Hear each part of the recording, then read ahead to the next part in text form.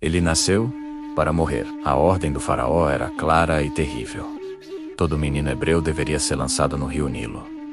Mas no meio do medo e do desespero, alguém decidiu desobedecer. Sua mãe, Joquebede, não viu um condenado, viu uma promessa. Ela não o entregou à morte, mas o confiou a Deus, colocando-o num cesto selado. O rio que deveria ser sua sepultura se tornou seu caminho para a salvação, levando-o diretamente aos braços da filha do faraó, nas portas do palácio. E assim, o menino sentenciado à morte cresceu como um príncipe. Moisés foi cercado por luxo, poder e o mais refinado conhecimento do Império Egípcio. Ele aprendeu a falar como um príncipe, a andar como um príncipe, a pensar como um príncipe. Tinha a autoridade, a postura, a educação de um futuro líder do Egito.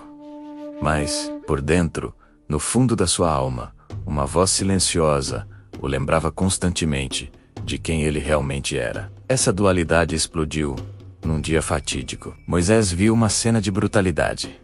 Um egípcio espancando um de seus irmãos hebreus. A injustiça inflamou seu coração. Naquele momento, o príncipe treinado para deliberar não pensou, ele agiu. Movido por uma fúria justiceira, ele matou o egípcio e enterrou o corpo na areia. Esperando que seu segredo estivesse seguro sob o sol escaldante, ele achou que ninguém tinha visto, que o ato ficaria oculto. Mas segredos raramente permanecem enterrados por muito tempo. No dia seguinte, a verdade o confrontou de forma inesperada. Ao tentar apartar uma briga entre dois hebreus, um deles o desafiou. Quem te pôs por príncipe e juiz sobre nós? Pensas matar-me, como mataste o egípcio? O ar lhe faltou. Seu segredo estava exposto. O palácio. Antes, seu lar e fortaleza já não era um lugar seguro. O Egito, a terra que o criou, de repente se tornou uma ameaça mortal. E o príncipe, o herdeiro, em potencial, se transformou num fugitivo. Um homem procurado por assassinato. Sem tempo para se despedir, sem plano, Moisés correu. Correu para o único lugar onde um homem poderia desaparecer. O deserto. E foi assim que ele chegou à terra de Midian.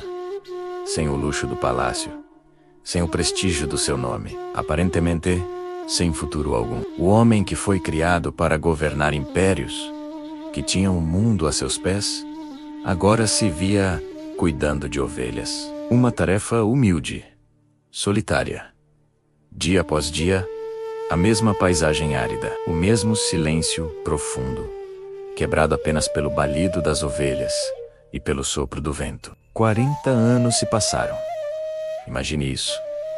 40 anos, uma vida inteira para muitos. 40 anos, ouvindo apenas o vento do deserto. 40 anos, cuja principal companhia eram os animais. 40 anos, sendo apagado dos registros da história, esquecido por todos no Egito.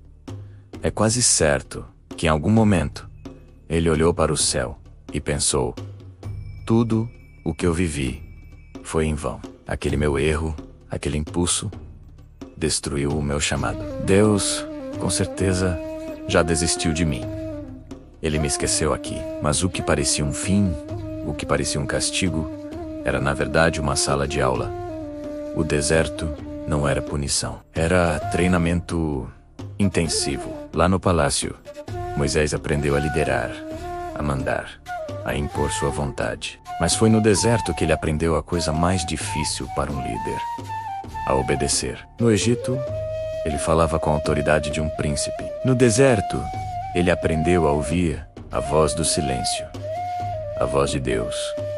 Porque Deus não se impressiona com nossa pressa, com nossa autoconfiança. Ele usa homens e mulheres que foram transformados pela espera, pela humildade. E então, num dia que parecia igual a todos os outros, sem aviso, sem trovões, sem um anúncio espetacular, algo extraordinário aconteceu. Uma sarça, um arbusto comum do deserto, começou a queimar. Mas havia algo diferente. O fogo ardia com intensidade, mas as folhas e os galhos não eram consumidos. A vida e o fogo coexistiam no mesmo lugar. Intrigado, Moisés se aproximou para ver de perto aquela maravilha. E foi então que ele ouviu uma voz que não escutava há décadas. Uma voz que o chamou pelo nome. A voz de Deus eu vi. Disse a voz. Eu vi a aflição do meu povo no Egito. Eu ouvi o seu clamor. E eu desci para livrá-los. Perceba que Deus não disse: Moisés, agora você é mais forte, mais inteligente, mais capaz. Não.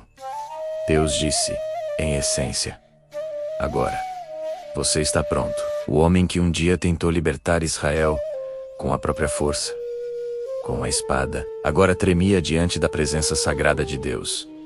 Sua primeira reação não foi de orgulho, mas de profunda inadequação. Ele disse: Quem sou eu para ir a Faraó? Eu não sei falar. Sou pesado de língua. Por favor, Senhor, envia outro no meu lugar. O mesmo Moisés autoconfiante do palácio. O príncipe que agiu por impulso. Agora, era um homem humilde, consciente de suas fraquezas. E era exatamente essa humildade, essa dependência, que Deus esperou 40 anos para forjar nele. Aquele que se sentia ninguém era o escolhido. Aquele que se sentia fraco era quem Deus iria usar. E assim, de um pastor anônimo e esquecido, Moisés se tornou o grande libertador do seu povo. Mas não porque ele se tornou forte por si mesmo, mas porque finalmente ele aprendeu a depender inteiramente da força de Deus. Talvez hoje você se sinta no seu próprio deserto. Talvez a sua vida não tenha saído nem um pouco como você planejou. Seus sonhos parecem distantes. Suas forças se esgotaram. Talvez o tempo passou e você se sente esquecido, deixado para trás. Mas eu quero que você escute isto com muita atenção. O deserto não apaga chamados. Ele os amadurece. O silêncio não significa que Deus te esqueceu.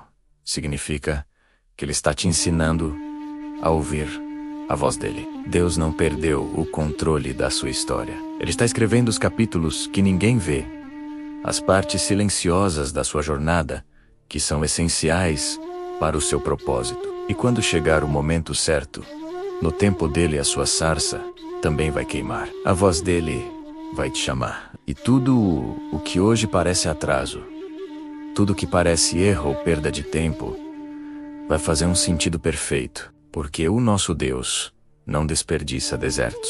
Ele os usa para transformar pessoas comuns em libertadores. Continue confiando. O seu tempo vai chegar.